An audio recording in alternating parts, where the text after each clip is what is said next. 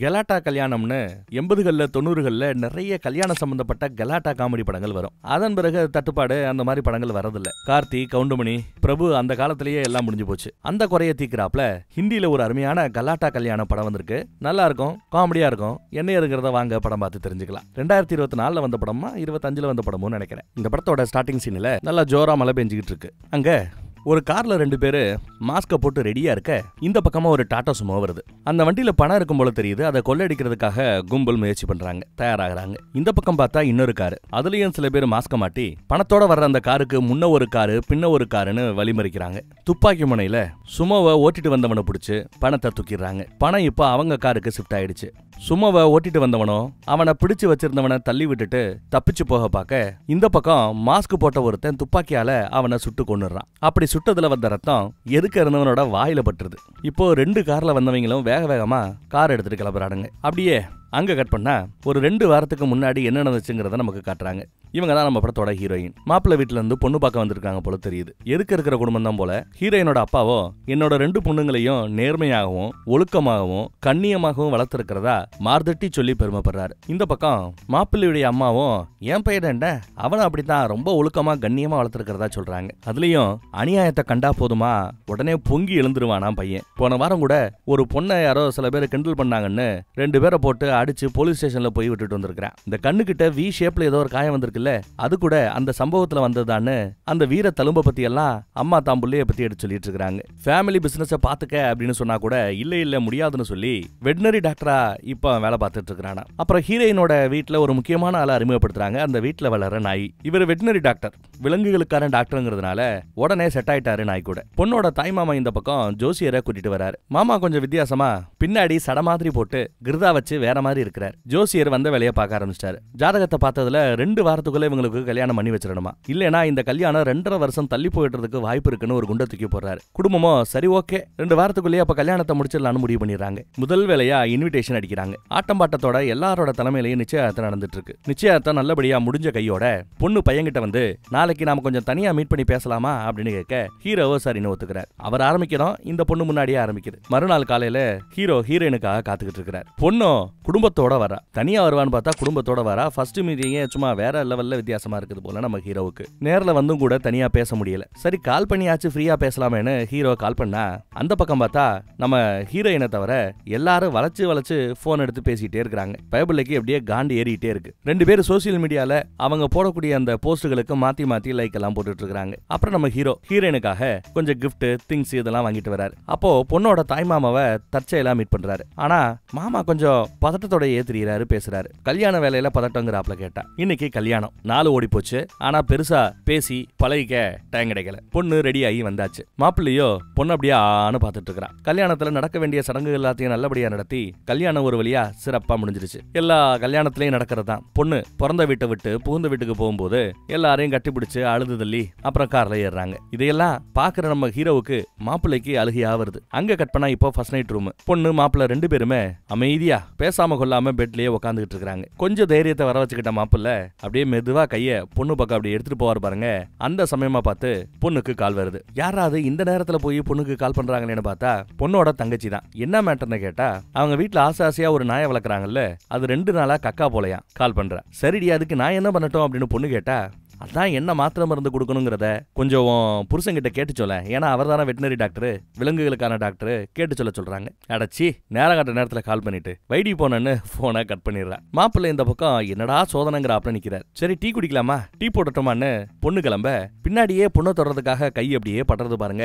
ஆனா பதட்டத்துல என்னமா ஆடுதுன்னு பாருங்க, கிடுக்கிடுன்னு. அதே சமயம் நம்ம பொண்ணு இந்த பக்கத்துல திரும்புவா. டப்புனு பயப்படல, சுகர் வேண்டாம் அப்படின்னு கையாட்டி சமாளிச்சிடறான். இந்த பக்கம் காலிங் பெல் அடிக்கிற சத்தம். அன்டைம்ல யாரா காலிங் பெல் அடிக்கிறதுன்னு கதவை திறந்து பார்த்தா 2 பேர் வந்து நிக்கிறாங்க. ஒருத்தன் தாடிக்காரன், இன்னொருத்தன் சுருட்ட முடி. மாப்பிள்ளையோட பேரை கேட்டு தான் வராங்க. ரூமுக்குள்ள வந்ததுமே சார்லி எங்கன்னு தாடி விசாரிக்கிறான். அது யாரு, எனக்கு அப்படி யாரையும் தெரியாதே அப்படிங்கிறாரு மாப்பிள்ளை. உண்மையை சொல்றியா இல்லையான்னு அவன் கோவப்படுறான். பொண்ணுக்கு பதறுது. ரூம் மாதிரி ஒருவேளை வந்திருப்பாங்களோ அப்படின்னு பேசுறாங்க.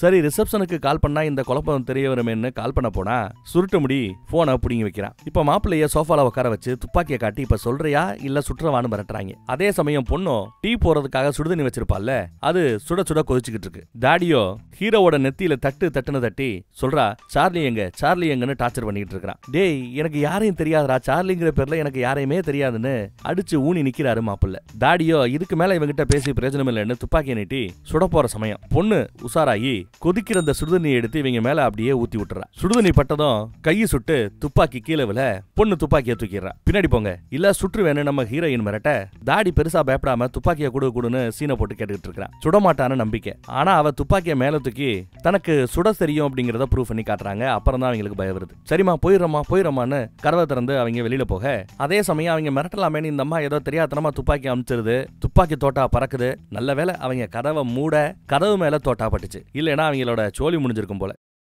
கதவை நல்லபடியா முடியாச்சு. வெளியில இருந்தவங்க கதவை தரன்னு இப்ப கொஞ்சம் தைரியமா தட்டுறாங்க. இந்த பக்கம் பொண்ணு சரி இவங்க கிட்ட இருந்து எஸ்கேப் ஆறதுக்காக பால்கனில இருந்து எகிரி குதிச்சிடலாம் அப்படின்னு ஐடியா கொடுக்குறா. மாப்பிள்ளைக்கு அள்ளு விடுது. இவ்வளவு தூரத்துல இருந்து குதிக்கிறதான்னு பயப்படுறாரு. இந்த பக்கம் பார்த்தா கதவை உடைச்சு ஓட்டையை போட்டு இங்கிட்ட வர்றதுக்கு அவங்க முயற்சி பண்றாங்க. அதுக்குள்ள பொண்ணு என்ன பண்றான்னு பாருங்க. பால்கனி பக்கம் போய் அவ போட்டிருந்த அந்த துப்பட்டாவை வச்சு ஒரு கம்பியில கட்டி கீழே குதிக்கிறதுக்கு ஏற்பாடு பண்ணிட்டு இருக்கா. மாப்பிள்ளை வந்து பார்க்கும்போது இந்த செட்டப்ல இருக்கும்போது சரி கீழே போறதுக்கு தான் ஏற்பாடு பண்ணிருக்காளா இல்ல ஒருவேளை அதை புடிச்சு கீழே இறங்கிட்டாலோ அப்படின்னு கூட யோசிக்கிறேன்.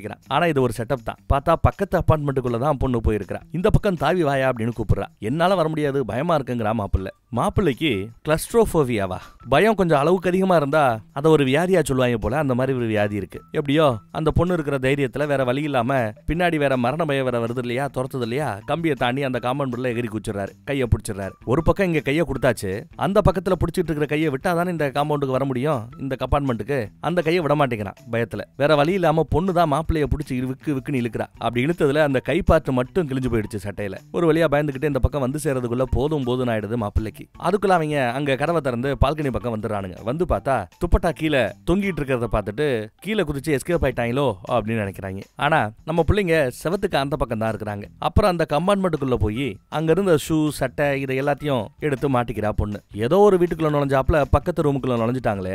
அங்க இருக்கிறவங்க என்னாச்சுன்னு பார்த்தா அவங்க குளிச்சுட்டு இருக்காங்க போல தெரியுது. மாப்பிள்ளை அங்க இருக்கிற செருப்பை தூக்கிக்கிட்டாரு. ஆட்டையப்பட்டதெல்லாம் எடுத்து மாட்டிக்கிட்டு ரெண்டு பேரும் ஓட ஆரம்பிக்கிறாங்க. லெஃப்ட் பக்கம் லிஃப்ட் இருக்குன்னு ஓடுனா தாடியும் முடியும் அதை பார்த்து போறானுங்க. அவங்க விரட்டி பக்கத்துல வர அதுக்குள்ள லிஃப்ட் மூடன்னு சரியா இருக்கு. ஜஸ்ட் மிஸ்ல லிஃப்ட் க்ளோஸ் ஆயிடுது. உடனே தாடியும் முடியும் சுருட்ட முடியும் விறுவிறுன்னு கீழே இறங்கி லிஃப்ட் வரதுக்குள்ள பிடிக்கலாம்னு முயற்சி பண்றாங்க. உள்ள பார்த்தா மாப்பிள்ளைக்கு பயத்துல கை காலெல்லாம் பயங்கரமா உதறுது. பொண்ணு மாப்பிள்ளை என்ன இவ்வளவு பயந்தாங்கோலியா இருக்கிறாப்ல அப்படின்னு பாக்குறா. ஒரு வழியா லிஃப்ட் விட்டு பார்க்கிங் ஏரியா பக்கம் வந்தாச்சு.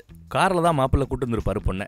ஆனா காரை எங்க பார்க் பண்ணாருன்னு மாப்பிள்ளைக்கு தெரியல. கார் கீ அமுக்குனா எங்கேயாவது சத்தம் கேட்கும், லைட் எரியுமேன்னு அமுக்கி பார்த்தா சத்தம் கேக்குது. சரி கார்ல ஏறியாச்சு. வேகமா வண்டி எடுத்து எஸ்கேப் ஆகிறன்னு பார்த்தா ஏதோ சாவகாசமா கிளம்புறாப்ல. ஒவ்வொரு வேலையா பொறுமையா செஞ்சு சைடு கண்ணாடி எல்லாம் அட்ஜஸ்ட் பண்ணி செக் பண்ணி பார்த்துட்டு சீட் பெல்ட் போட்டு தான் வண்டி எடுக்கிறார். பொண்ணு யாரா வாங்குறாப்ல பாக்குறா. ஒரு வழியா சீட் பெல்ட் உட்பட சீட்டு உட்பட எல்லாத்தையும் அட்ஜஸ்ட் பண்ணி செட் பண்ண பிறகுதான் காரையே எடுக்க ஸ்டார்ட் பண்றாரு. அதுக்குள்ள அவங்க ரெண்டு பேரும் வந்துடுறாங்க. இவங்க காரு டேர்ன் ஆகி அந்த பக்கம் வரதுக்குள்ளேயே சைட்ல ஒருத்தன் வந்துடுறான். தாடி வண்டிக்கு முன்னாடி வர ஹீரோ கரெக்டா பிரேக் போட வண்டியோட கண்ணாடியை பிடிச்சு உட்காந்துக்கிறான் தாடி. சுருட்ட முடியோ கதவை பிடிச்சு இழுக்க கதவு திறந்துருது. கதவை ஒரு பக்கம் திறக்க கண்ணாடி மேல ஒருத்தன் கத்த மாப்பிள்ள பதறாரு. பொண்ணும் ரிவர்ஸ்ல போன்னு கத்துறா. உடனே மாப்பிள்ளையும் ரிவர்ஸ்ல போக கதவை பிடிச்சுக்கிட்டு இருந்த சுருட்ட முடி கீழே விழுந்துடுறான். அப்புறம் நம்ம ஹீரோ பிரேக்க போட கண்ணாடி மேல இருந்த நம்ம தாடி பறந்து போய் கரண்ட் பாக்ஸ் மாதிரி ஏதோ இருக்கு அதுல போய் மோதி கீழே விழுகிறான். ஒரு வழியா கார் எடுத்துக்கிட்டு வேகமா மெயின் ரோடு பக்கம் வந்தாச்சு. அப்பயும் தாடியும் சுருட்ட முடியும் விட மாட்டேங்கிறாங்க. கார் எடுத்து விரட்டி வராங்க. வண்டி ஓட்டிட்டு இருக்கும் போதே மாப்பிள்ள போன் எடுத்து கொடுத்து ஹீரோயினை போலீஸுக்கு கால் பண்ண சொல்றாரு. ஆனா போனு ஃபேஸ் லாக் போட்டிருக்கு போல தெரியுது. ஃபேஸ் லாக்க ஓபன் பண்ணணும்னா சிரிச்சாப்ல முகத்தை காட்டணும். ஆனா பயத்துல இவனோட முகத்தை அந்த போனாலேயே கண்டுபிடிக்க முடியல. லாக் ஆக மாட்டேங்குது, அன்லாக் ஆக மாட்டேங்குது, ஓபன் ஆக மாட்டேங்குது. அதுக்குள்ள அந்த பக்கம் துப்பாக்கி எடுத்து சுட ஆரம்பிச்சாங்க. பொண்ணு வேகமா பொண்ணு கத்திக்கிட்டு இருக்கா. அவங்களோ பின்னாடி டயரை குறி வச்சு சுட்டுக்கிட்டு இருக்காங்க. போன்னு கத்த எங்கம்மா போறதுன்னு மாப்பிள்ள பதறாரு. என்ன பண்ணணும்னு அவருக்கு ஒன்னும் பதட்டத்துல புரிய மாட்டேங்குது. யோ கால் வச்சிருக்கிறேல ஆக்சிலேட்டர் ஒரு அமுக்கியா அப்படிங்கிறா. ஸ்பீடா போனா ஓவர் ஸ்பீடுன்னு ஃபைன் போடுவாங்களேங்கிறாரு. அந்த நிலைமையிலையும் அவங்களும் சுடுறதை நிறுத்த மாட்டேங்கிறாங்க. பக்கத்துல வேற வந்தாச்சு. சுருட்டு மொழிக்காரன் சுடுவான் பாருங்க. ஒரு கட்டத்துல காரோட பின் கண்ணாடியில இருந்த ஹார்ட் ஹார்ட் ஷேப் உடஞ்சு போச்சு. ரொம்ப பக்கத்துல வந்துட்டாங்க. நிறுத்து நிறுத்துன்னு கத்திக்கிட்டே வராங்க. இவர் கண்ணு அபிராமிக்கு ஒரு வழியா வேகமா வந்தாச்சுங்க. ஆனா இப்ப பார்த்தா சிக்னல்ல ரெட் போட்டுருக்காங்க. உடனே நம்ம பிரேக்க போட்டு வண்டியை நிப்பாட்டுறாரு. ஆனா பின்னாடி விரட்டிட்டு வந்த இந்த பயல்களோட காரு வேகத்தை கண்ட்ரோல் பண்ண முடியாம முன்னாடி போயிடுச்சு. ஆனா பொண்ணு என்ன நினைக்கிறான்னா கரெக்டான சமயத்துல பிரேக்க போட்டு அவங்க கிட்ட இருந்து மாப்பிள்ளை தன்னை காப்பாத்திட்டு தான் நினைக்கிறாங்க. பக்கா ஸ்கெட்ச், பக்கா ஐடியா நினைக்கிறாங்க. வெரி குட் வெரி குட், அப்படித்தான் இருக்கணும் இந்த மாதிரி சூழல்னு பாராட்டுறாங்க. ஆனா பயபுள்ள டிராபிக் ரூல்ஸை மதிக்கணும்னு சாகிறதுக்கு எமங்க துரத்திக்கிட்டு இருக்காங்க. அப்ப கூட பாருங்க டிராபிக் ரூல்ஸை மதிச்சு பிரேக்க போட்டுருக்காங்கிறது நமக்கு தெரியும். போனவங்க வண்டியை திருப்பிட்டு இந்த பக்கம் வராங்க. அதுக்குள்ள வண்டி எடுன்னு பொண்ணு பதறிக்கிட்டு இருக்கா. ஹீரோ சிக்னல் போடாம வண்டி எடுக்க மாட்டான் போல தெரியுது. அதே சமயம் சிக்னல்ல அந்த கவுண்டனும் வர ஆரம்பிச்சிருச்சு. அந்த சைடுல இருந்த வண்டியெல்லாம் இந்த பக்கத்துல வர விரட்டிட்டு வந்தவங்களோட வண்டி நடுவுல மாட்டிக்கிச்சு, டிராபிக்ல மாட்டிக்கிச்சு. பொண்ணு மாப்பிளைய பார்த்துட்டு இந்த பயலை நம்பி ஒரு பிரயோஜனம் இல்லைங்கிறாப்ல சீட்டை கொஞ்சம் பின்னாடி தள்ள சொல்லிட்டு பையன் மேல இவ ஏறி உட்காந்துக்கிறா. அரண்டு போய் கிடக்குறாரு மாப்பிள்ளை. என்ன இவ இந்த கூத்து பண்றாளேன்னு அழுத்துவா பாருங்க. வண்டியை சும்மா தாறு மாறா ஓட்டுறா பொண்ணு. சும்மா ரிவர்ஸ்லயே எவ்வளவு ஸ்பீடா, அதுவும் ஹை ஸ்பீட்ல ரிவர்ஸ்ல போறா. பின்னாடி எத்தனை கார் வந்தாலும் இடிக்காம ரிவர்ஸ்ல போறா. தாடியோ அவ கார் ஓட்டுற அந்த அழகை பார்த்து அப்படியே வாய புழக்கிறான். பொண்ணு மாப்பிள்ள ரெண்டு பேரும் ஒரே சீட் பெல்ட்டை போட்டுக்கிட்டு வண்டியை ஓட்டிட்டு இருக்காங்க. ஒரு கட்டத்துல டேர்னிங் வர அப்படியே வண்டியை திருப்பி கார் இப்போ ஸ்ட்ரைட்டா போக ஆரம்பிக்குது. ரோட்ல ஒரு சைட்ல இருந்து இன்னொரு சைடுக்கு பிரேக்க போட்டு சும்மா எப்படி சறுக்கிக்கிட்டே போய் நிப்பாட்டுறாங்கன்னு பாருங்க. வேற லெவல் வண்டி ஓட்டுற திறமை. அங்க நிறைய வண்டிங்க சிக்னல்ல நிக்க பொண்ணு என்ன பண்றா, பிளாட்ஃபார்ம்லயே காரை விடுறா. அவங்களும் காரை பிளாட்ஃபார்ம்ல விடுறாங்க.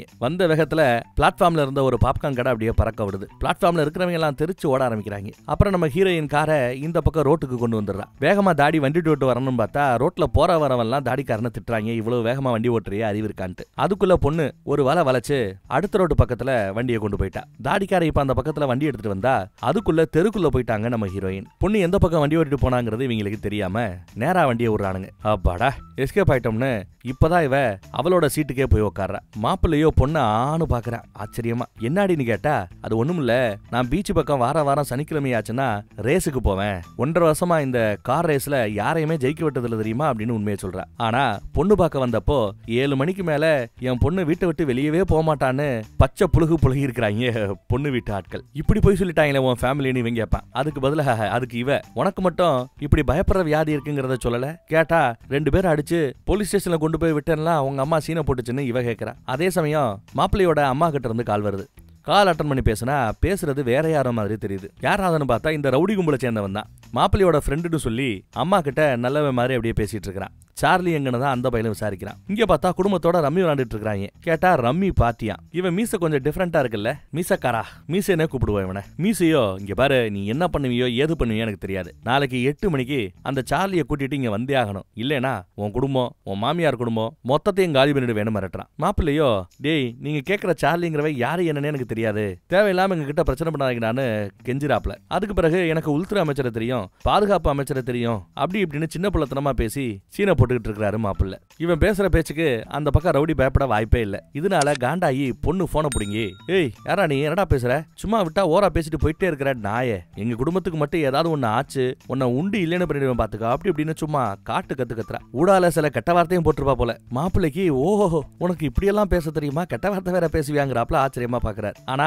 இவ்வளவும் அந்த பக்கத்துல கேட்ட மீச சிரிச்சுக்கிட்டே நாளைக்கு 8 மணிக்கு எங்க வரணுங்கிற அந்த டீட்டெயில சொல்லிட்டு போனை வச்சிடறாரு. இவங்களும் சரி போலீஸுக்கு போறதான் சரின்னு முடிவு பண்ணி சீட் பெல்ட்டை போட்டு கிளம்புறாங்க. மாப்பிள்ள ரிவர்ஸ்ல வண்டி எடுக்க அந்த பக்கம் வந்த வண்டி ஒண்ணு இவங்க மேல அடிச்சிருது. நல்ல வேலை சீட் பெல்ட்டை போடுன்னு மாப்பிள்ள எந்த ஒரு சூழலையும் சீட் பெல்ட் போட்டாகணுங்கிறதுல ரொம்ப உறுதியா இருந்ததுனாலதான் பொண்ணு சீட் பெல்ட் போட்டா. இல்லனா இப்ப வந்து அந்த இடிச்ச வேகத்துல அடிச்சு தூக்கி இருக்கும் மாட்டி இருப்பாங்க. சோ இவங்க இந்த இடத்துல தப்பிச்சதுக்கு மாப்பிள்ள கராரா சீட் பெல்ட் போட சொன்னதுதான் காரணம். ஆனா வண்டி செம டேமேஜ். தாடி கீழே இறங்கி கதவை தட்டுறான். கதவு திறந்ததும் அவங்க 2 பேர் கையிலையும் விளங்க மாட்டி கார் டிக்கில படுக்க போட்டுறான். அப்ப கூட பாருங்க மாப்பிள்ள யோ எனக்கு இருட்டுனா பயமியா, கதவு மட்டும் முடாதையான்னு கெஞ்சிரான். கேட்கலையா அவங்க உள்ள தள்ளி டிக்கியே முடியாச்சு. கார் இப்ப வேகமா எங்கேயோ போய்கிட்டு இருக்குது. இருட்டுல பயபுள்ள பயந்தே சாகுறான். அப்புறம் பார்த்தா வண்டி ஓரமா நிக்குது. எதுக்குடா வண்டியை நிப்பாட்டன்னு சுற்ற முடி கேட்டா ஒண்ணுக்கு போகணுங்கிறா. சரி நீ போய் சிகரெட் வாங்கிட்டு வான்னு சொல்லி 2 பேரும் காரை விட்டு அடுத்து இறங்குறாங்க.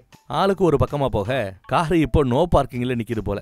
அந்த பக்கம் போலீஸோட ரெக்கவரி வண்டி ஒண்ணு வரும். இவங்க இல்லாத சமயத்துல யாராவது நோ பார்க்கிங்ல வண்டி நிப்பாட்டணும் சொல்லி வண்டிய ரெக்கவரி வண்டி அப்படியே கொக்கி போட்டு தூக்கிட்டு போகுது. இவங்களால அதை பிடிக்க முடியல. ஐயோ வண்டி இழுத்துட்டு போதேன்னு கதறிக்கிட்டு இருக்காங்க. இவங்களுக்கு என்ன பண்றதுன்னு ஒன்னும் புரியாம தலையில கை வச்சுட்டு வைக்கிறாங்க. அதே சமயம் டிக்கிக்குள்ள கிடக்கிற நம்ம ஹீரோயினுக்கு கால் வருது. மாப்பிள்ளையால போனை எடுக்க முடியல. யாருக்கு வந்த காலு? ஹீரோக்கு வந்த கால.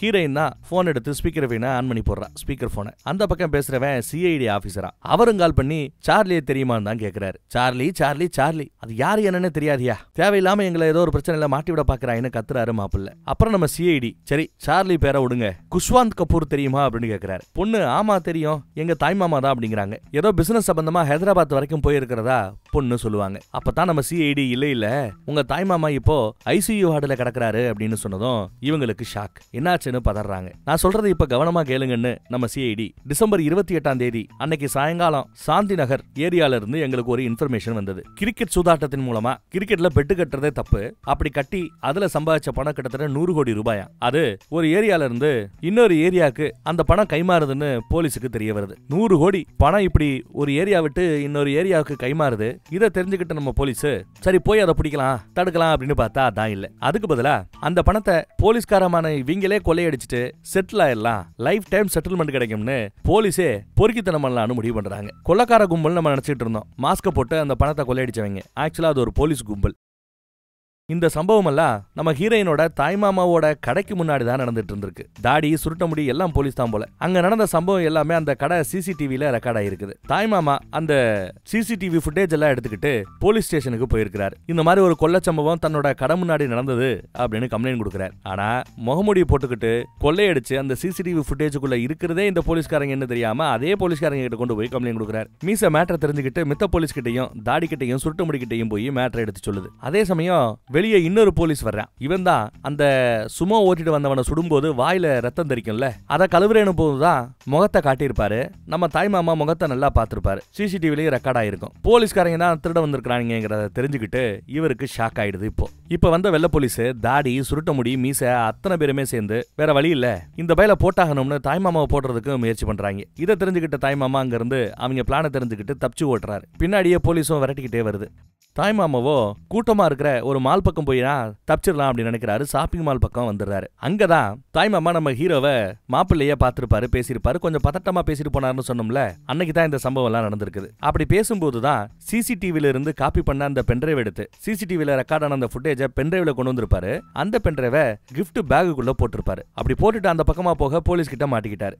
அவரை தலைகீழா தொங்க போட்டு அடி நடிச்சு பென்டிரைவ் எங்க அது அப்படின்னு அடிச்சே தெரிஞ்சுக்கிட்டு இருக்காங்க போல தெரியுது. உண்மையை சொன்ன பிறகும் கூட இறக்கமே இல்லாம சாட்சியே இருக்க கூடாதுன்னு சொல்லி அடிச்சு போட்டுறாங்க. செத்து போயிட்டாருன்னு சொல்லி ஓரமா தூக்கி எறிஞ்சு போட்டு போறாங்க. ஆனா தாய்மாமா சாகல. அவரை யாரோ கொண்டு வந்து ஹாஸ்பிட்டல்ல சேர்த்திருக்காங்க. உயிருக்கு போராடிக்கிட்டு ஐசியூல இருந்திருக்கிறார். சிஐடி அவருக்கு தெரிஞ்ச வெர்ஷன் இப்படி எடுத்து சொல்ல இவங்களும் அதை கேட்டுட்டு இருக்காங்க. சார்லி எங்கன்னு அவங்க கேக்குறது அந்த பென்டிரைவ் தான் போல. ஆனா அந்த கிஃப்ட் பேக் பென்டிரைவ் இருக்கிற அந்த கிஃப்ட் பேக் பொண்ணோட வீட்டுல தான் இருக்குதுன்னு நினைக்கிறேன். சிஐடியோ எப்படியாவது அந்த பென்டிரைவை கண்டுபிடிங்கன்னு எழுதி சொல்லிட்டு இருக்காரு. அப்பதான் பொண்ணு எங்க குடும்பத்துக்கூடயே ஒருத்தவன் இருக்கிறான், ஒரு மீசை இருந்துகிட்டு எங்க குடும்பத்தை ஏதாவது பண்ணிடுவோன்னு மிரட்டுறான், அதுக்கு ஏதாவது நீங்க பண்ணணும்னு கேட்க அந்த மீசக்காரனை நான் பாத்துக்கிறேன் அப்படிங்கிறாரு சிஐடி. ஆனா இதை பத்தி நீங்க வெளியில யார்கிட்ட எதுவும் பேச வேண்டாம்னு சொல்லிட்டு போனை கட் பண்ணிடுறாரு. ஏன்னா எவ்வளவு பேர் இதுல இருப்பாங்கன்னு தெரியாது, மறுபடியும் நாம தப்பு பண்ணிடக்கூடாதுன்னு சொல்லிட்டு கட் பண்றாரு. எப்படியோ வண்டியில இருந்து இவங்க வெளியில வந்தாச்சு. இப்ப அவங்க ஓட்டுறதுக்கு வண்டி வேணும். இழுத்துட்டு வந்த இந்த வண்டியிலேயே போயிடலாம்ல, காசை கொடுத்தாதான் எல்லாமே நடக்குமே. காசை கொடுத்துட்டு ரெக்கவரி வண்டியை எடுத்துட்டு இவங்க கிளம்புறாங்க. மாப்பிள்ள அந்த கிஃப்ட் பையில தான் பென்டிரைவ் கிடக்கும்,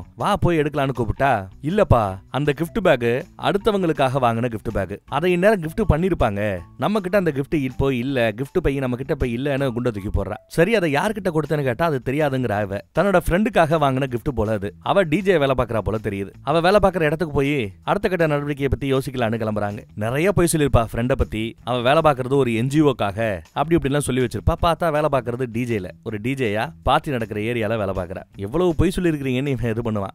எங்களுக்கு ஒன்னும் பொய் சொல்லணும்னு ஆசை இல்ல, அப்படிப்பட்ட சூழ்நிலை பேசுறதுக்கோ உண்மையை எடுத்து சொல்றதுக்கோ வாய்ப்பே கிடைக்கலையே, சூழல் அப்படின்றாப்ல இவ கத்த ஆரம்பிச்சிடறா. வீட்டுல இருக்கவங்க கிட்டே எங்களோட உண்மையான கேரக்டர் இதுதாங்கிறத காட்ட முடியாம சொந்த வீட்லயே எல்லாத்தையும் மறைச்சு வரக்கூடிய இந்த கஷ்டமெல்லாம் பொண்ணுங்களுக்கு மட்டும்தான் அப்படி இப்படின்னு சொல்லி ஒரு மாதிரி ஆரங்கப்படுறா. மாப்பிள்ளைக்கு ஒன்னும் புரியல, முழிக்கிறான். இப்படி இவங்க சண்டை போட்டுட்டு இருக்கிறத பார்த்த ஒருத்தன், மேடம் என்ன பிரச்சனை, நான் வேணா வந்து சால்வ் பண்ணிட்டுமான்னு வர, போறையா, எங்களுக்கு தெரியாது, நாங்க பாத்துப்போம் பட அப்படின்னு திட்டி அனுப்பிச்சு விட்டுறா. நாங்க மேபி பொய் சொல்லி இருக்கலாமா பிள்ளை, ஆனா ஒழுக்கம் இல்லாம ஒண்ணு நாங்க கிடையாது அப்படிங்கிறாப்ல ஒரு போர்டு போடுறா. அப்புறம் சரி இப்ப ஃப்ரெண்ட பார்க்க போலாமேன்னு கிளம்புறாங்க. ஒரு வழியா வந்து சேர்ந்தாச்சு. உள்ள போய் தனியா அவளை பார்த்து பேசணும்னு சொல்லி தனியா பேசுறாங்க. மாப்பிள்ளை வெளியில நிக்கிறார். அந்த கிஃப்ட் பேக் எங்கன்னு விசாரிச்சா பேச்சுலர் பார்ட்டில அந்த கிஃப்ட் யாருக்கிட்ட போச்சு என்ன ஏதுங்கிறது தனக்கு தெரியாதுன்னு அவ ஒரு குண்டை தூக்கி போடுறா. ஏன்னா பேச்சுலர் பார்ட்டில ஃபுல் போதை, எல்லாரும் அன்னைக்கு சரக்கு, ஆட்டம் பாட்டம் எல்லாம் வேற, ஒன்னும் பெருசா ஞாபகம் இல்ல. யாருக்கு கொடுத்தோம், அந்த பேக் இப்ப எங்க இருக்குன்னு அவங்களுக்கு ஐடியா இல்ல. நல்லா யோசிச்சு பாரு, உங்ககிட்ட நான் 2 கிஃப்ட் பேக் அன்னைக்கு கொடுத்தேன், நல்லா யோசிச்சு பாருன்னு திரும்ப திரும்ப யோசிக்க சொல்ல இவ யோசிச்சு பார்த்தவ ஃபர்ஸ்ட் வீட்டுல இருக்குன்னு வா,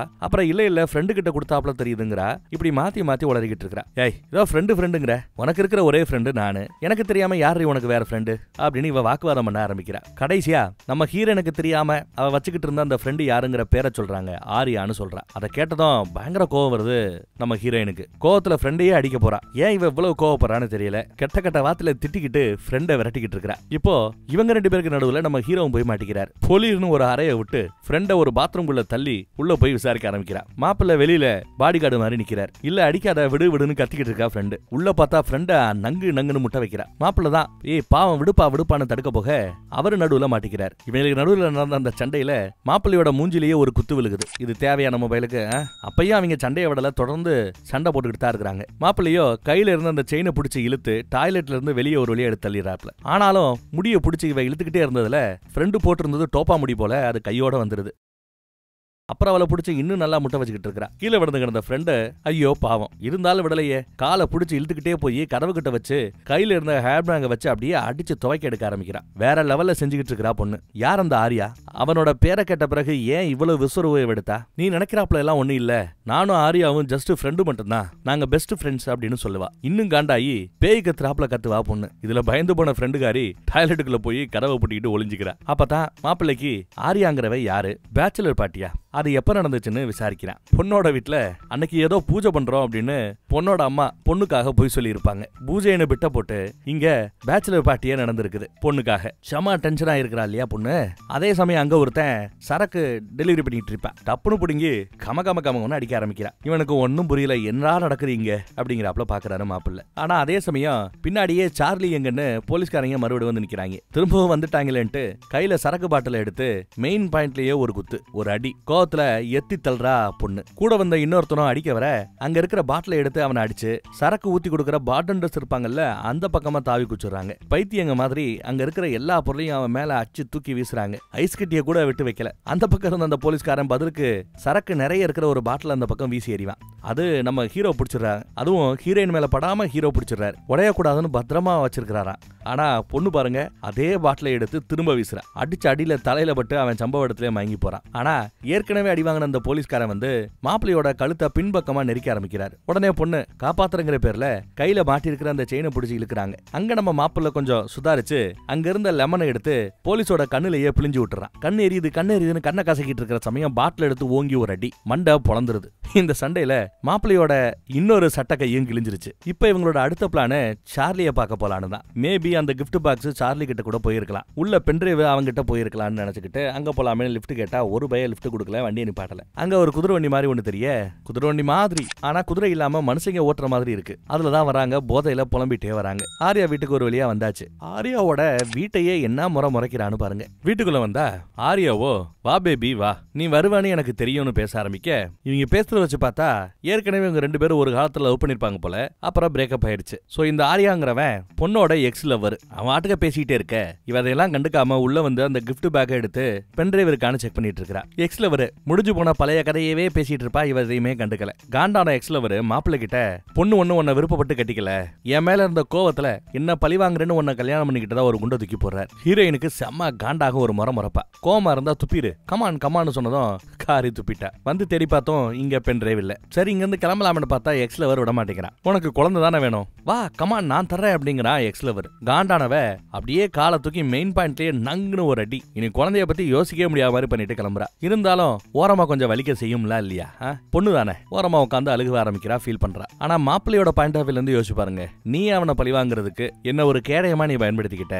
அதுக்காகலாம் உங்ககிட்ட நான் புருஷனா இருக்க முடியாது அப்படின்னு சொல்லி அவன் வேற ஒரு பக்கம் வருத்தப்படுறான். இதையெல்லாம் தாண்டி இப்ப நமக்கு அந்த பென்ட்ரைவ் ரொம்ப முக்கியம், அதை கண்டுபிடிப்போம், அப்புறம் குடும்பத்தோட பேசி அடுத்து என்னங்கிறத முடிவு பண்ணிக்கலாம்னு மாப்பிள்ளை எடுத்து சொல்றாரு. முதராத்திரி அன்னைக்கே விவாகரத்து பண்ற ரேஞ்சுக்கு 2 பேரும் டிஸ்கஸ் பண்ணிட்டு இருக்காங்க. அந்த நிலைமைக்கு போயிட்டாங்க. பொண்ணுக்கு இதெல்லாம் கேட்டு என்ன பண்றதுன்னு ஒன்னும் பிரியப்படல. சரி கிளம்பலாம்னு வெளியில வந்தா தாடிக்கார போலீஸும் சுருட்ட முடி போலீஸும் பின்னாடி வந்து துப்பாக்கியை காட்டி திரும்பவும் சார்லி எங்கன்னு கேக்குறாங்க. அந்த நிலைமையில கூட பயம் எதுவும் இல்லாம நம்ம ஹீரோக்கு பயங்கர அந்த வியாதி இருந்ததுல அதுல இருந்து கொஞ்சம் வெளியில வராரு போல. பயம் எதுவும் இல்லாம சார்லின்னு கேட்டா பென்ட்ரைவ்னு கேட்டு தொலைய வேண்டியதானே அப்படிங்கிறாரு அவரு. அப்போ மிரட்டிக்கிட்டு இருக்கிற இந்த போலீஸுக்கு இந்த பசங்களுக்கு இப்போ மேட்டர் தெரிஞ்சு போச்சு அப்படிங்கிற உண்மை தெரிய வருது. சார்லிங்கிறது பென்ட்ரைவ் தாங்கிறது தெரிஞ்சு போச்சு இல்லையா? அப்ப அவங்களுக்கு மேட்டர் தெரிஞ்சிருச்சுன்னு புரிய வருது. சரி அந்த பென்ட்ரைவ் எங்க சொல்றியா இல்ல சுடட்டுமா அப்படின்னு மிரட்ட அந்த பக்கம் யாருக்கோ கல்யாணம் போல தெரியுது. மாப்பிள்ள ஊர்வலம் வருது. உடனே போலீஸுங்க துப்பாக்கியை ஒளி வைக்கிறாங்க. ஊர்வலம் போகட்டும் அப்புறம் பாத்துக்கலாமேன்னு காத்துட்டு இருக்காங்க. ஆனா பொண்ணும் மாப்பிள்ளையும் அந்த கும்பலோட சேர்ந்து டான்ஸ் ஆடிக்கிட்டு அங்க இருந்து எஸ்கேப் ஆயிட்டாங்க. போலீஸ்காரங்க என்ன பண்ணணும் தெரியாம முழிச்சிட்டு இருக்காங்க.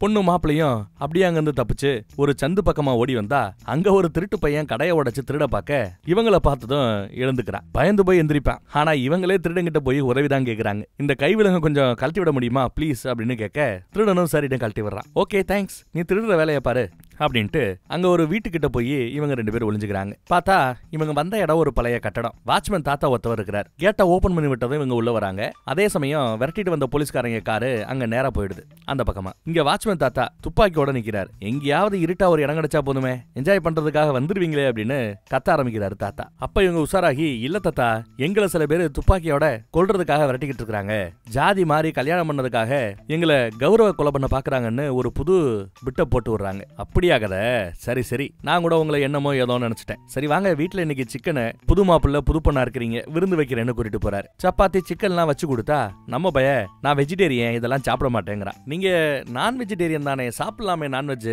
ஏன் சாப்பிட மாட்டேங்கன்னு விசாரிச்சா இவரு விலங்குகளுக்கான டாக்டர். கோழி ஆடுக்கு கூட மருத்துவம் பார்க்க வேண்டிய நிலைமை இவருக்கு உண்டு. அந்த இடத்துல அதே கோழியையும் ஆட்டையும் எப்படி இவரால் சாப்பிட முடியும்னு கேட்கிறார். பாத்துக்கங்க எவ்வளவு நல்ல மனுஷனா இருக்கான்னு பாத்துக்கங்க. சாப்பாடு சூப்பர் செம்ம டேஸ்ட்னு பொண்ணு பாராட்டுவா.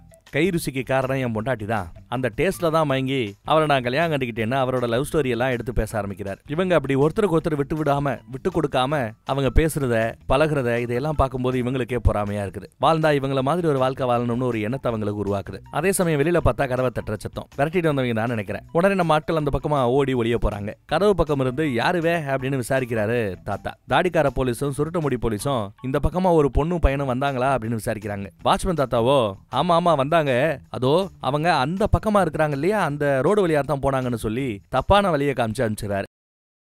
இந்த பக்கம் பொண்ணும் மாப்பிள்ளையும் மாடி பக்கமா ஓடுறாங்க. மாப்பிள்ளை ஓடி வர முடியாம அப்படியே இழைச்சிக்கிட்டு நிக்க பொண்ணு அதை பார்த்து பொறுமையாவா ஒன்னும் பிரச்சனை இல்லைன்னு நக்கல் பண்றா. இப்போ ஒரு 4வது மாடி வர ஓடி வந்தாச்சு. போலீஸ்காரங்க 2 பேரும் போயிட்டாங்களான்னு பாக்கலாமேன்னு மாப்பிள்ளை எட்டி பாக்குறாரு. ஆனா இவருக்கு தான் 8 நாளும் ஆகாதுல்ல, இவ்வளவு உயரமான பதட்டமாயிடுது உட்காந்துக்கிறாரு. ஆனா மாப்பிள்ளையோட சோசியல் மீடியா பேஜ்ல பேராஷூட்ல பறக்கிறாப்ல, மலையில ஏறாப்ல, நிறைய ட்ரிப் போனாப்ல எல்லாம் போட்டோஸ் இருக்கும். அந்த போட்டோஸ் எல்லாம் பார்த்துட்டு அதெல்லாம் அப்புறம் எப்படியா போனான்னு கேட்டா யாரு போனா, என் குடும்பத்துல சொந்த பந்தம் நண்பர்கள் எல்லாம் போவாங்க, அவங்களோட செருப்பு மொபைல் இதெல்லாம் நனையாம நான் உட்காந்து பாத்துப்பேன் அப்படிங்கிறா. இப்படி ஒரு மனுஷன் இருப்பானாங்கிறாப்ல பொண்ணு பாக்குறா. அடுத்த நொடி பார்த்தா புது வருஷம் போல வானத்துல வெடியெல்லாம் வெடிக்க ஆரம்பிச்சிருச்சு. அதை பார்த்து ரசிக்கிறாங்க பொண்ணு. வாயா ரசிக்கலான்னு கூப்பிட்டா இல்ல எனக்கு பயமா இருக்குங்கிறா மாப்பிள்ள. சரி பயப்படாத என் கையை பிடிச்சுக்கோ ஒன்னாகாதுன்னு சொல்லி கொஞ்சம் தைரியம் ஊட்டி கூப்பிட்டு காட்டுறாங்க. அப்பப்பப்பா எவ்வளவு வெடி, எவ்வளவு பிரகாசம், எவ்வளவு ஜொலிப்பு. பயத்தை மறந்து இவரும் சேர்ந்து ரசிக்க ஆரம்பிக்கிறார். இவங்க 2 பேரும் அங்கேயே நின்னுகிட்டு பேசிக்கிட்டு ரசிச்சுக்கிட்டு இருக்க தாடியும் சுருட்ட முடியும் அந்த நேரத்துல தாத்தாவுக்கு தெரியாம உள்ள வராங்க.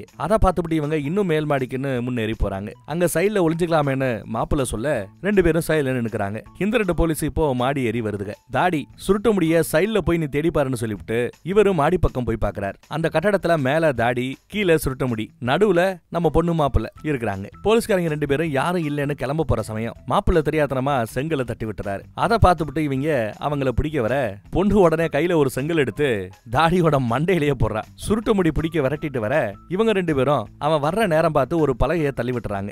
எப்படி சறுக்கிக்கிட்டு போறாருன்னு பாருங்க. இப்போ திரும்பி எழுந்துச்சிட்டு வர இன்னொரு பலகை. இந்த சமயம் பலகை சறுக்கி கீழே விழ போகிற நேரத்துல தாடிக்காரன் வந்து பிடிச்சிடறான். இந்த சத்தத்தை கேட்டு வாட்ச்மேன் தாத்தாவும் ஓடி வராரு. இவங்க 2 பேரும் மறுபடியும் துரத்த நம்ம ஆட்கள் இப்போ மொட்டை மாடிக்கு போயிருக்காங்க.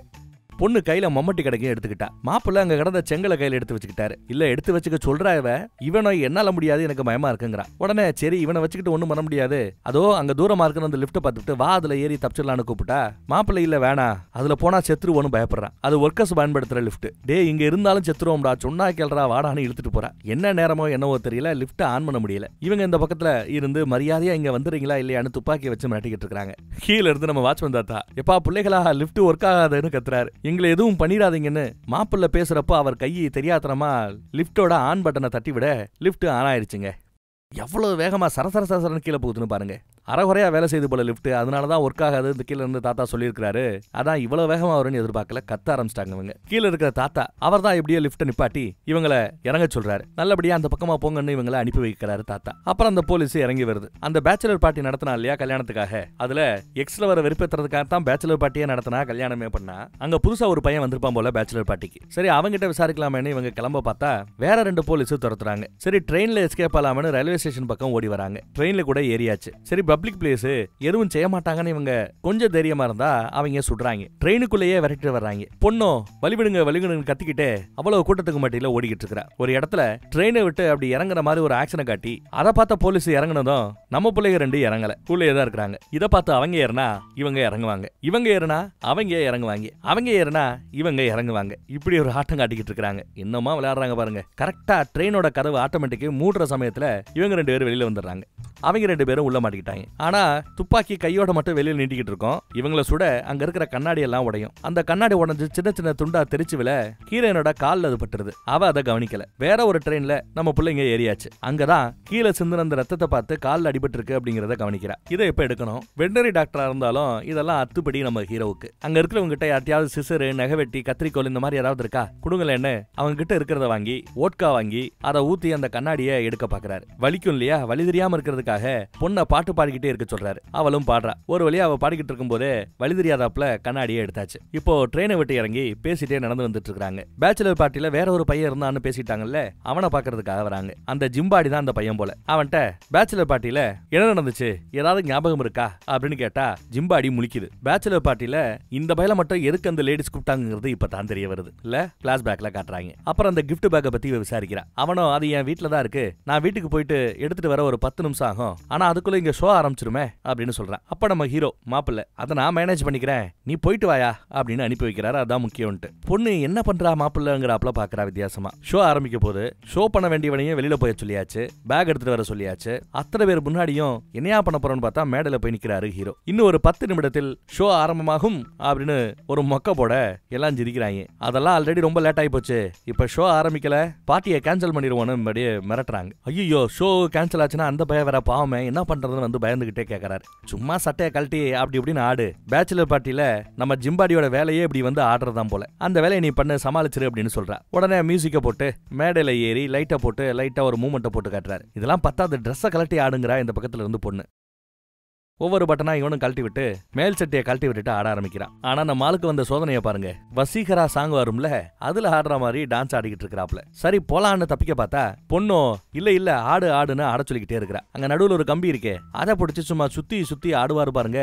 ஃப்ளோல அப்படி போக ஆரம்பிச்சதும் அவருக்கு பயம் இல்ல, ஃப்ளோல ஓவராவே போறாரு. பொண்ணு இங்க இருந்து ஆன்னு பாத்துட்டு இருக்கிறா. அங்க இருக்கிற ஆட்கள் கை கொடுக்குறாங்க. சரி பாராட்டுறாங்க, நல்லா ஆடி இருக்கும் போலன்னு கைய கொடுத்தா கும்பல் அப்படியே அவனை கூட்டத்துல இறக்கி விட்டாச்சு. அங்க இருக்கிற லேடிஸ் எல்லாம் சேர்ந்து ஹீரோவோட சட்டையை கலட்டி விட்டாச்சு. இப்போ பொண்ணுக்கு தான் பயம், மாப்பிள்ளையே என்ன பண்ண போறாங்களோங்கிறாப்ல. ஒன்னும் பிரச்சனை இல்ல நான் பாத்துக்கிறேங்கிறாரு ஹீரோ. ஆனா இப்ப ஹீரோவோட பேண்டையும் கழட்டி விட்டாச்சு. டவுசரோட நிக்கிறாப்ல நம்ம ஆளு. இப்போ மேடையில ஏறி இவ்வளவு தூரம் ஆயிப்போச்சு, 4 குத்துவனு குத்துனா அதை பார்த்து கல்யாண பொண்ணு இப்போ ரசிக்கிறா. கல்யாண மாப்பிள்ளைய பார்த்து முதல் தடவையா. கடைசியா பார்த்தா டவுசரு அதையும் கழட்டி விட்டாங்கன்னு நினைக்கிறேன். அதுக்குள்ள இந்த பக்கத்துல நம்ம ஜிம்பாடி வந்துடுறான். அந்த கிஃப்ட் பேக்கை செக் பண்ணி பார்த்தா அதுக்குள்ளேயும் பென்ட்ரைவ் இல்ல. என்னையா பென்ட்ரைவ் இல்லையே, வேற யாராவது பேச்சுலர் பார்ட்டில இருந்தாங்கன்னு கேட்டா ஒரு கண்ணாடி போட்ட பொண்ணுக்கு ஒரு கிஃப்ட் கொடுத்தாப்ல ஞாபகம் அப்படின்னு சொன்னதும் அங்க போகணுமா, சரி போன்னு அடுத்தவங்க கிளம்புறாங்க. கல்யாண பொண்ணும் ஜிம்பாடி கிட்ட இருந்து பைக்கை வாங்கிட்டு வர்றா. பைக்லயே 2 பேரும் சேர்ந்து இப்போ அந்த கண்ணாடி போட்ட அந்த பொண்ணு வீட்டை தேடி வந்துட்டு இருக்காங்க. வந்து அந்த கிஃப்ட் பேக்கை பத்தி விசாரிக்கிறாங்க. அன்னைக்கு நம்ம ஹீரோயின் அந்த பார்ட்டி கொடுத்ததே இவதான் அங்க இருந்திருக்கிறா.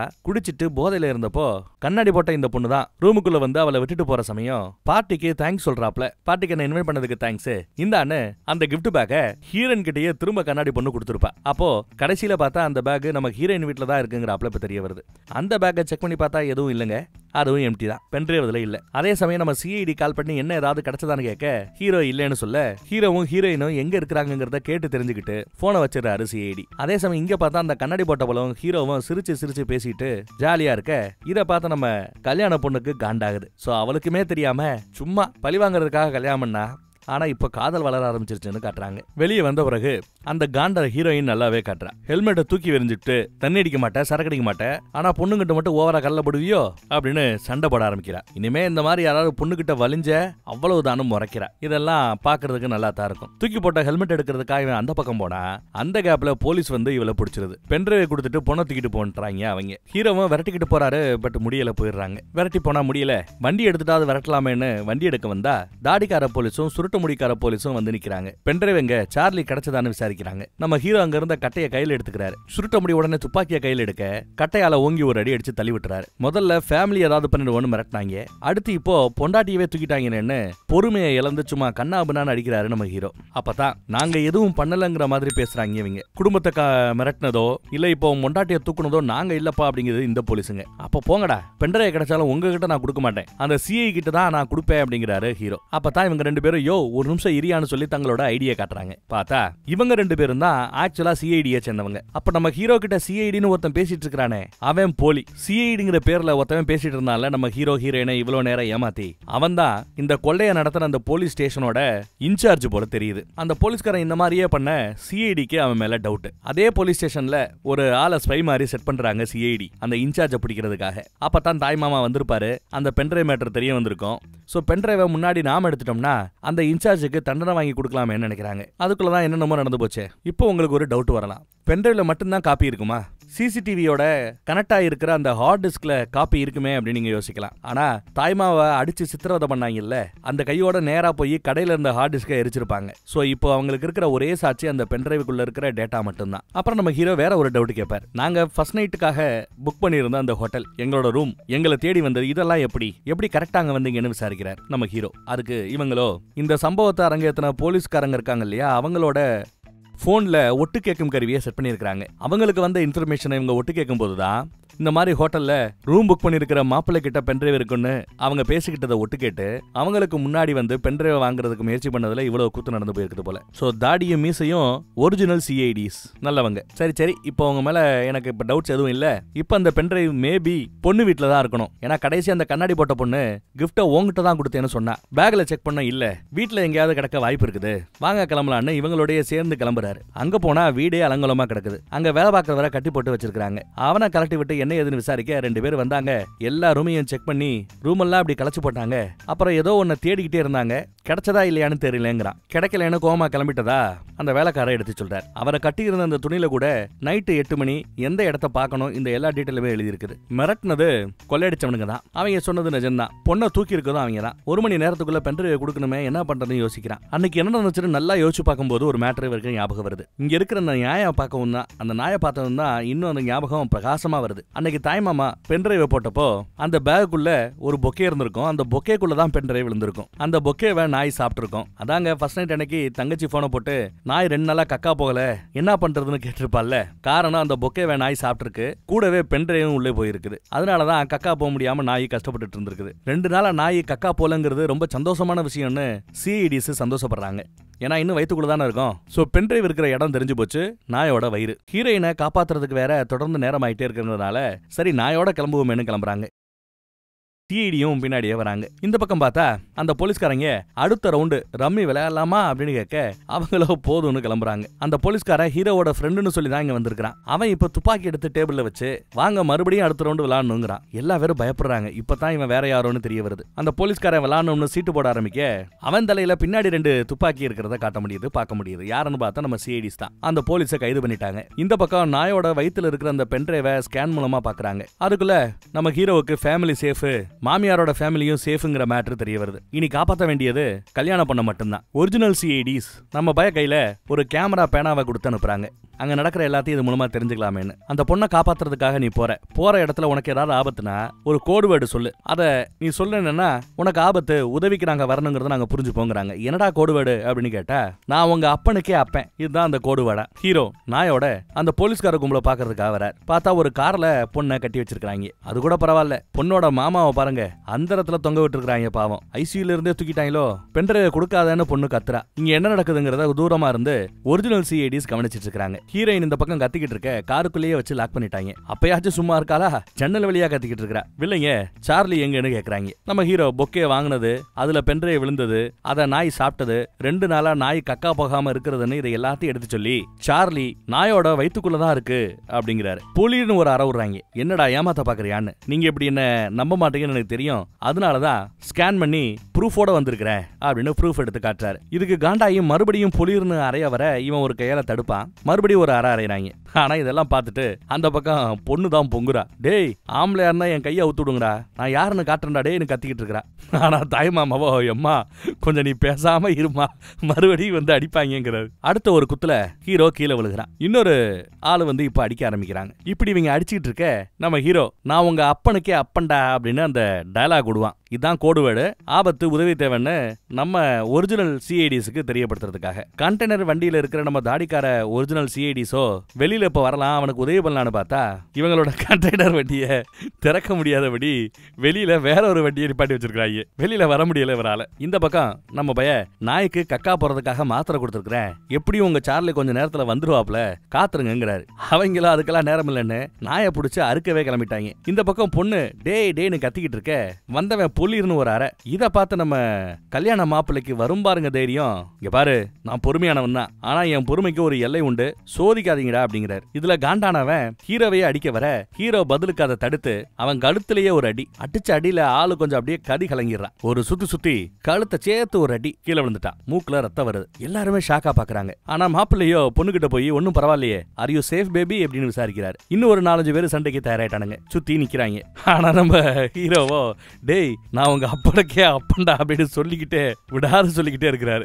கோடு வேர்டு உதவி தேவைன்னு. இந்த பக்கம் பார்த்தா ஒருத்தன் பின்னாடி இருந்து அடிக்க வரான். காருக்குள்ள இருக்கிற பொண்ணு கையை கட்டி வச்சிருக்கான் இல்ல, அதை அவுக்கிறதுக்கு முயற்சி பண்ணிட்டு இருக்கா. ஒரு வழியா அவுக்கவும் செஞ்சுட்டா. ஹீரோவோட கழுத்தை ஒருத்தவன் இருக்க பிடிச்சுக்கிட்டு இருக்க ஹீரோவோ அந்த ரெமலியம் நான் உங்க அப்பனுக்கே அப்பண்டான்னு அதே டயலாக் விட்டுக்கிட்டு இருப்பான். ஆனா யாரும் வந்த பாடு இல்ல உதவிக்கு. இப்போ ஹீரோயின் தப்பிக்கிறான்னு ஹீரோயினை ஒருத்தன் துரத்துவான். இந்த கேப்ல நாய் எஸ்கேப் ஆயிடுது. நாயை ஒருத்தன் தேடிக்கிட்டு இருக்கிறான். அதே சமயம் துரத்தி வந்தவன ஏங்கி ஒரு மிதி. யாரு கல்யாணம் பண்ணுதான். ஹீரோவோ ஏதோ ஃப்ளோல ஒரு அடி அடிச்சு விட்டுட்டு இப்ப காரை சுத்தி ஓடி பிடிச்சு விளையாண்டுகிட்டு இருக்காரு. கார்ல உருண்டு அந்த பக்கம் வர அடிக்க வந்த 2 பேரும் இப்ப மாத்தி மாத்தி அடி வாங்கிக்கிறானுங்க. ஒரு கட்டத்துல ஹீரோவை பிடிச்சிட்டாங்க. ஒருத்தன் பிடிச்சுக்கிறான், ஒருத்தவன் இரும்பு எடுத்துட்டு வந்து அடிக்க வரான். அப்ப பின்னாடி இருந்து வந்த நம்ம பொண்ணு அந்த இரும்பு கம்பியை அவ பிடிச்சுக்கிட்டா. அதை வச்சு அவங்க எல்லாரையும் அடிச்சு தள்ளுறா. நம்ம வயல ஒரு போலீஸ் பிடிச்சு கார் டிக்கிக்குள்ள வச்சு இவன் டிக்கியே பஞ்சர் ஆக்குவார். இதை பார்த்து நம்ம ஹீரோயின் அவன் அடிக்க போனா கம்பி அவன் பிடிங்கிறான். அப்புறம் ஒரு துணி எடுத்து அவன் மூஞ்சியை பொத்தி பிடிச்சுக்கிட்டாச்சு. உள்ள இருந்த ஹீரோ வெளியில வந்து இப்போ அவனையே அடிக்கிறார். பின்னாடி இருந்து அந்த பொண்ணு அடிக்கிறதுக்காக ஒரு போலீஸ்கார வர அவனை ஓங்கி ஒரு குத்து விடுவாரு பாருங்க நம்ம ஹீரோ.